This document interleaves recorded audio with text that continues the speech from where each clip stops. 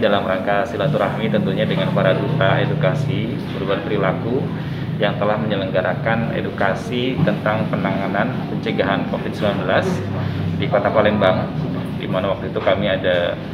sekitar 300-an duta ya, 300-an duta edukasi.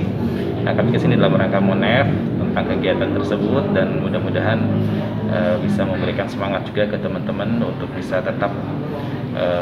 membuat perubahan ya, agar protokol kesehatan dijalankan, agar bisa mencegah dan mengendalikan COVID-19 khususnya di lingkungan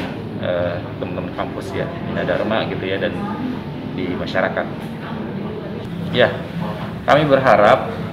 teman-teman tetap melanjutkan aktivitas edukasinya,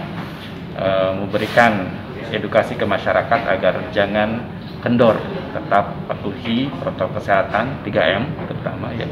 memakai masker gitu ya, menjaga jarak dan mencuci tangan pakai sabun, kemudian menghindari kerumunan dan membatasi mobilitas.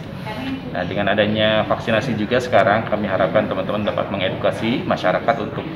percaya akan vaksin, mau divaksin gitu, dan ikut berupaya gitu, ikhtiar agar